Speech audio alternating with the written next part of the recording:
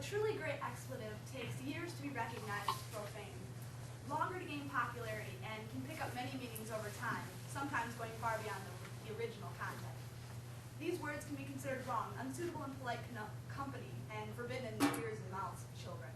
Others may think of such language as fun, a way to rebel against what society deems as right or moral. More people may just incorporate these sentence enhancers into everyday speech because, after all, they are just words. No matter how you view these terms, they all have a history, telling a story that continues on to this day.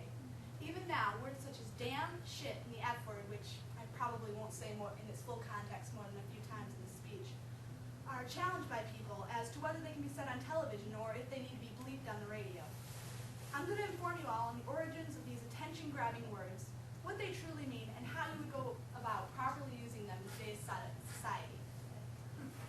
We'll start with damn, which is generally considered to be a moderate profanity. Damn has Proto-Indo-European origins and is said to be a root in the Latin and Greek word dap, which means expensive or feast. The root dap is theorized to have become the classical Latin word damnum, which translates to damage or expense. Damnum did not actually have religious overtones and was not considered to be a curse word. When translated to English, its meaning came to mean to damage or to condemn, and was used when someone was found guilty in court. This judicial meaning gave birth to the religious definition that we believe damn to mean today. These days, you may open a dictionary and find the definition of damn to be exclusion from divine mercy or condemnation to eternal punishment. Damn can also mean to condemn someone or something as a failure, to declare bad, unfit, illegal, or invalid, or to pronounce adverse judgment upon someone. These days, damn is primarily a word used as an expletive in times of distress, such as if you remember something you forgot in your house after you lock your door, or if you hit your hand with a hammer. Damn has also come to be used as an enhancer, said to emphasize a point more thoroughly. In either way, you can choose to place God in front of the word to create goddamn, which can be considered worse swearing if you believe that it's wrong to take the name of God in vain. The final use of damn is for slightly better purposes, showing that you approve of something, as in when you see a cute guy or girl. Adding a word such as hot to the beginning can show approval. Next, we'll talk about the word shit. Shit can be traced back to the Proto-Indo-European term skihid, which was brought to the Proto-Germanic language as skit. All pre-literate Germanic tribes, along with Old Norse, who used the term as skita, brought the term to the Old English language when the Roman Empire was in power. For a while it was skit, and the word changed over time to the Middle English word shit. There's an urban legend that the term shit was an acronym, which traced the word back to about the 17th through the 19th century. In this time, the story goes, dry manure was held on ships, and if the bales were kept too low in them, they would come in contact with the water that leaked onto the ship.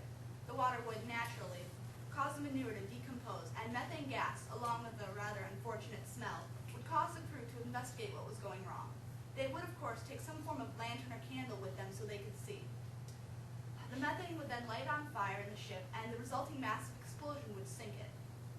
After a time, it was discovered what was causing the sinking of these ships, so manure bales were marked store high in transit so that they would be kept above the water. This was shortened to the acronym SHIT, and while interesting, it has little historical background and is probably just an urban legend. The word shit is considered to be a worse profanity than damn. A less vulgar form is crap, which can have similar meaning to shit when defining shit as feces. There are many, many ways which one can creatively say that they are going to defecate, a small portion of examples being dropping the kids off at the pool, making a sacrifice to the toilet guys, laying a fresh man biscuit, negotiating the release of the chocolate hostages. Wait, what was it? Negotiating the release of the chocolate hostages. Taking the Browns to taking the Browns to the Super Bowl, or seeing a man about a horse. There are many, many ways. There are many ways to define shit, but I'll only go into a few of them. Shit can replace almost any noun. It can be comparative, as in, that was some good shit. Or it can be an item that is below someone's standards, such as the phrase piece of shit. Shit can refer to someone's personal items, as in grab your shit. Or it can stand in place for the words nothing or bad. The phrase when the shit hits the fan tends to refer to a time of trouble when you must do something, usually resulting in a form of conflict. This word can be used to add emphasis, and the term shit alley refers to a place that is not good to live. Shit can also be used as a verb, usually to either talk of defecation or to humiliate someone as in humiliate someone as in I was given shit. One of the most common ways to use the term shit is when you are surprised, afraid, or disgruntled. In youth terminology, it can mean the opposite, that something is very good, such as this food is the shit. It can also mean that you are in trouble, such as being in deep shit, being unkind, as in you look like shit, being angry, as in shit a brick, or something of being of poor worth, such as this car is shit. When someone is lying, common phrases are bullshit, to talk shit, or horse shit, related terms being chicken shit for cowards, going ape shit meaning that you're getting angry, and bat shit meaning you're crazy. We'll finish off today's language lesson with the word fuck. The F word is difficult to trace back since it has been considered forbidden for so long.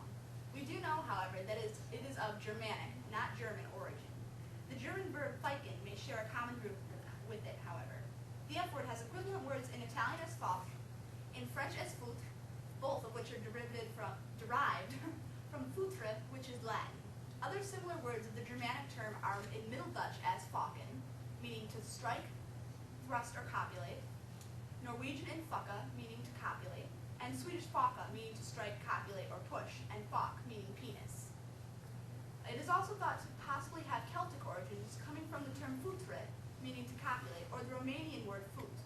No one really knows how the English got its word, though. It is thought to have come from possibly the Scandinavian language, since early usages are from England and Scotland. Around 1475, however, is the earliest known usage of the F word. In a poem written in Latin mixed with English, a translated line reads, "They, the monks, are not in heaven because they fucked the wives of Eli." The F word was spelled as foucan, which is used to hide the word's meaning. In 1535, though, we see the first use of how we currently spell the F word in a line of a play by Sir David Lindesay, which reads, "Bishops may fuck their fill and be varna." Nowadays, the F word is defined as to have sexual intercourse with. As with the word shit, there are many false etymologies concerning the F word. All of these urban legend acronyms started appearing around the 1960s. Most of these acronyms are for those who have committed adultery. The most common of these are fornication under carnal or cardinal knowledge, and fornication under the control, command, or consent of the king. Other forms of this are fornication under the Christian king, false use of carnal knowledge, felonious use of carnal knowledge, and forced unlawful carnal knowledge, among many others. From 1795 until 1965, the F word was not in the dictionary until the taboo against the word started breaking down in the late 1960s. It was first placed in the Oxford Dictionary in 1792, when a year earlier the U.S. Supreme Court decided that under the First and 14th Amendments, public display of the F word was protected. The F word is considered by many to be the worst word you can use in today's society. It is considered a hardcore profanity, a low of all lows. The F word, when used in conversation, may be used as I have been, saying F word or F-bomb, among others. Flipping, freaking, fricking, and frigging are all common stand-ins for the F word. However, when actually saying it, some of the most familiar ways of spicing up your conversation would be to say something along the lines of fuck it, fuck off, fucked up, fucking A, for fuck's sake, or what the fuck. Damn, shit, and the F word are all just varying degrees of profanity, terms which can be considered anywhere from just another word to extremely offensive. Some people, when hearing such vocabulary, may be insulted or get upset. Therefore, I'm going to attach a warning with this speech. Be careful when you say who you say these words around. You never know when you might offend someone. However, now that you know all of their history, origins, and proper use